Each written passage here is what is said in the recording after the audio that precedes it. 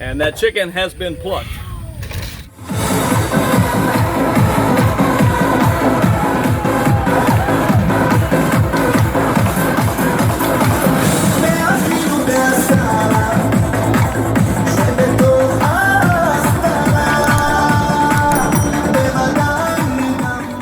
So we're in the process of getting set up right now, and I want to take a couple quick shots and tell you a little bit about this chicken plucker. This is something that we made, or I made a few years back. We've used this for maybe 12 or 14 years or more. And I used the Whiz Bang chicken plucker plans. I'll see if those are still available online, and I will put that in the notes for this video. But pretty simple. What it's got essentially is a little, I think it's either a half or 3/4 horse motor, electric motor down here that I took off of an old table saw. And then I think it's a 1700 RPM motor, and I want to say that this that the pulley setup brings it down to about it's about a 10-to-1 ratio, maybe, or a little more than that, maybe 15-to-1, something like that. So I'm getting about 100 RPM. You just used a barrel for the inside, and had a piece of HDPE that I put the fingers in, and you can kind of get a picture idea of this. And it just sits up on a the barrel itself is well attached to the wooden frame, and then there's a bearing that is attached up underneath to allow that plate to spin. So I've got it on a switch that is also on a ground fault breaker line, because we'll have water out here with us. And all you do is just hit the switch. I'm going to hit the switch right here, give you an idea. We'll show you in operation. But it spins the bird in there after the bird has been scalded, been into hot water. Spins the bird and defeathers it rather quickly. So we'll show you how that operates once we get everything set up as part of what's going on here. I'll show you more of the setup here in a second. Okay guys, before we get started, I want to give you a real quick sort of tour of what our setup is, and then we're going to start getting ready to roll. Right now it's probably about 8:15 or 8 o'clock in the morning. Our goal generally is to be rolling by about 8:30, and with about we've got 45 birds or so to process today, so this won't take long, maybe 2 or 2.5 hours, something like that. But what I've got is I've got a cart here that has a large dog crate on it. I will use that to go out to where the chicken tractors are, and I'll pick up the birds about 10 or 12 at a time and bring them here. And our kill station will be right here next to the water. Then after they have bled out, typically the way we do that is pretty simple, just to slit the throat just below the neck, or just below the head, so that it bleeds out quickly. We do not sever the spinal cord, and then the bird is out in about 5 to 7 seconds. Then after the bird has stopped moving, because there's some reflexive motion for that first minute or two, after they've stopped moving, they will be dunked in a hot water bath that is running at about 140 degrees, or 142 degrees is kind of the magic number for us. And it'll be dunked for about 30 to 60 seconds. I'll just swoosh it up and down. We'll add a little bit of dish soap to the water as a surfactant so that it gets all the way down to the base of the feathers. And then it will go into the chicken plucker, and some details on that I've got here so that you can see how that operates. Then once they come out of the chicken plucker, there'll be a few minutes or just real quickly, they'll have to have a few pin feathers pulled, and then they'll be processed. So there's 6 of us that are going to be doing this. I'll probably be managing the birds, the kill station, and the dunking, and maybe the chicken plucker at the same time. And then there'll be several around the table that are going to be pulling pin feathers, and then doing the basic gutting and cleaning. We'll show you that process in a little bit here. There's some one of the things that we found is that if we raise the table, trying to work over a table down at table height and bending over hurts the back after a while. A good trick, put that thing up on some cement blocks, get it up nice and high. It's much easier to work. And then after that, the birds will go into an ice bath, and they'll do their initial chill in an ice bath. We'll just keep feeding ice into this big cooler, and just after the bird is clean, throw it down in there. Then it will receive a secondary rinse. At points, we'll take a break and rinse the birds that are in the ice bath and move them onto ice for a further chilling. And then what we will do is we will put them in heat shrink bags, zip tie them closed, dunk them quickly in hot water, and just like that, it'll look like a professional wrap. So we'll show you all of that process here as we get started. But pretty simple, and you know, it's nice. We could be doing this over under the retreat or something like that. It's going to make a little bit of a mess, a lot of feathers. But one of the things we want you to see is that this can be done in any backyard with basic tools and stuff. Probably the major thing that you need is just building yourself a chicken plucker. Though you can pluck by hand, that's just very time consuming. Takes a lot more time, and everything else is just a canner pot that we're running water in, and then we'll change the water out before we seal the bag so that we've got clean water for that. But that's the basic setup. All right, guys, so the first step, what we're going to do in the process here is we're going to load up the transport, and we'll pick up about 10 or 11 birds. You see, these are some good-sized birds. I'm going to give you a look at these things here as we get ready to go. Jonathan, if you would come over here and just guard the door for me.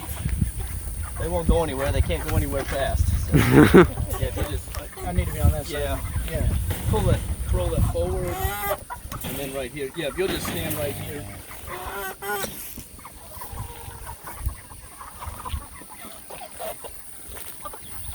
So at this point, these birds are probably 10 or 11 pounds. They should dress out somewhere about 8.5 pounds or so.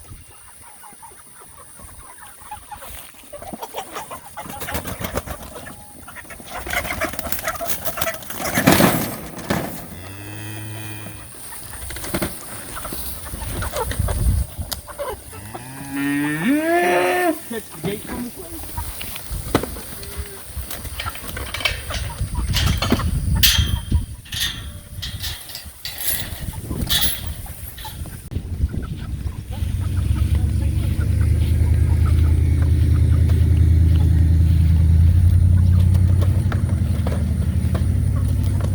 So now what we're going to do is we are going to kill the bird. Our goal is to bleed out as quickly as possible. The bird should black out very quickly. My goal is to cut the throat right below the chin on it, right here, without severing the spinal cord.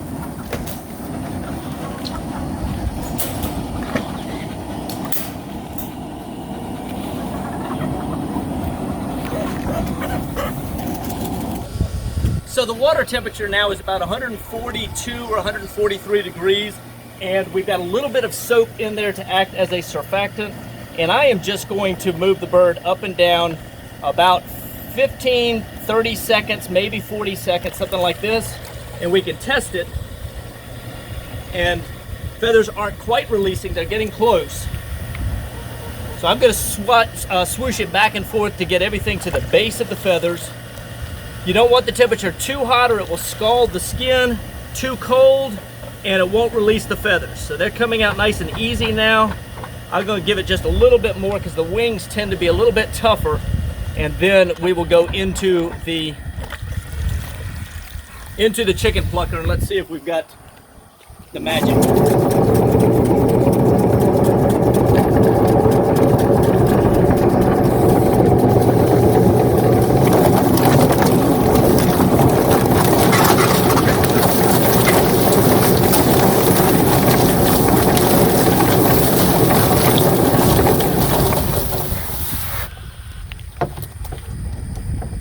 And that chicken has been plucked. Still a few feathers to pull. Sometimes if everything is done exactly right temperature wise, everything else will come out. But at this point, pin feathers come, and we're just about finished with this portion of the bird. And you see the temperature was right because I don't have any pinking on the skin. I don't have any tearing on the skin as a result of too much temperature. And so now what we'll do is begin with the butchering process. I'm going to take this one very quickly through the butchering process so that you see how to do this. If you guys want to watch, so what I'm going to do is I'm going to remove the feet first, and I can do that just hitting right between the knuckle bones, and those will come off. You just bend the foot back and you just go right around and cut the ligaments, and everything comes off very quickly. I'm going to finish removing the head. So the head also comes off. Those will go into the trash. Unless you have a Chinese restaurant really close, you can trade this for dinner. I've taken a bowl of these to Chinese restaurants before. Yep. Take them to the back door, don't take them to the front door, and you can get a trade. Okay. On the back, just above the what some would call the parson's nose, the tail, there is a scent gland. You can see this piece right here indicates where that is. And what I want to do is start back here. This lump, I want to remove that because it will taint the meat. And so we're going to take that scent gland out and remove that. Got a little bit more to get here. I remove that. Now what I'm going to do is I'm going to turn the bird over, and right here is where we're going to be able to get most of the offal. So I'm going to cut this open, and ultimately what I want to do is cut around the rectum. I'm going to cut this open so that we have a nice big hole, and everything will come out of the bottom except for the not the gizzard, but the initial craw where food initially sits above the neck. It's actually going to be right here. You can see a little bit right here, and I'm going to guess by the way it feels there's probably some grass in it at this point, but it is not full of feed. We took feed up yesterday evening on these birds. So I'm going to open this up a little bit. A pair of scissors right here is very handy. I don't have any out here right now, but that will be rectified shortly, and that's very handy right here. And all I want to do is just cut around this, and I'm just going to remove this little flap of skin.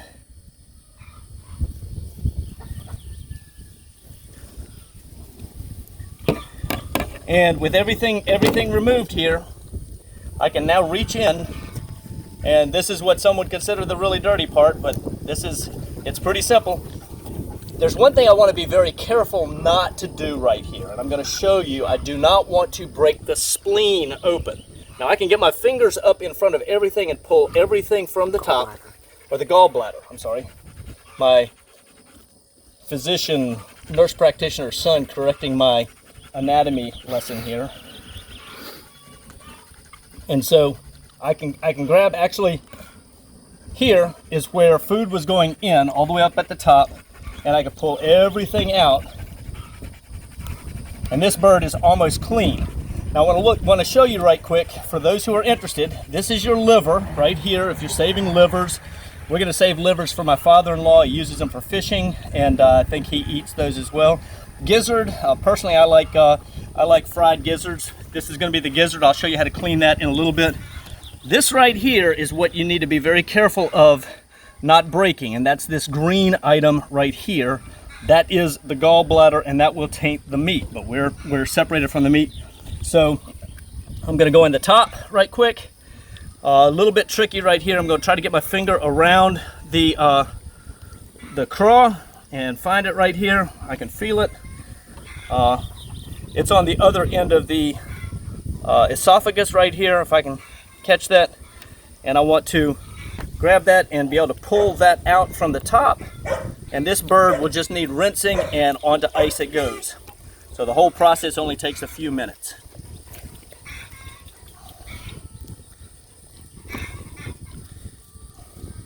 So they see me struggling with this one. Sometimes they come out very quickly and easily, and sometimes this is a little tricky, right?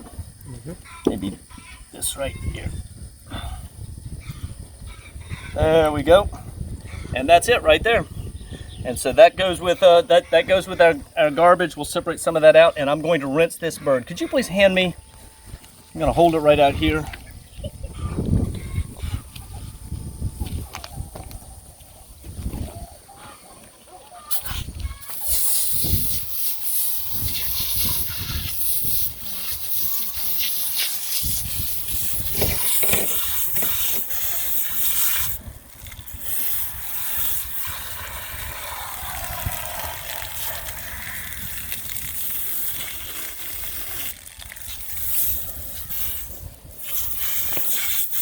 Now what we want to do is just cool it down as quickly as we can. And I'll go back for a final cleaning in a little bit. So you can.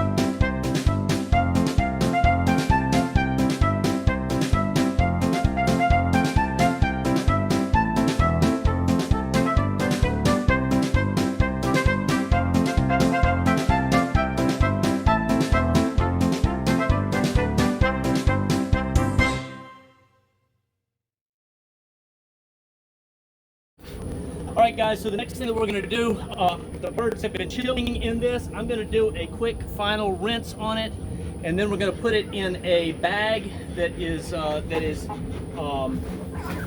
heat shrink, and then zip tie it, poke a hole in it, and finish the packaging process. So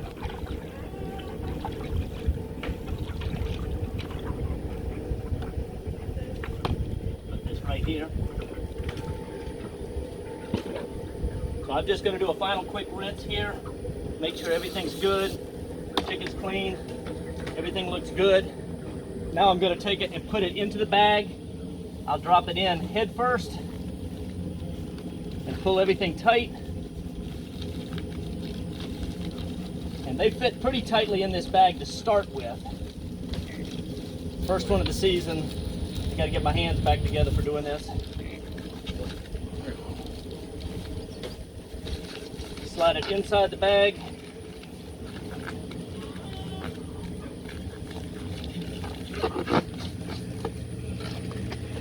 And that's a full bag right there.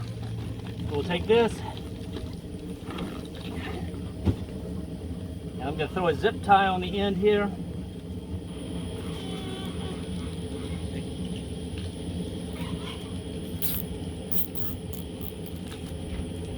And then I'm going to punch a couple holes in it right here, up at the top. I'll put one right there.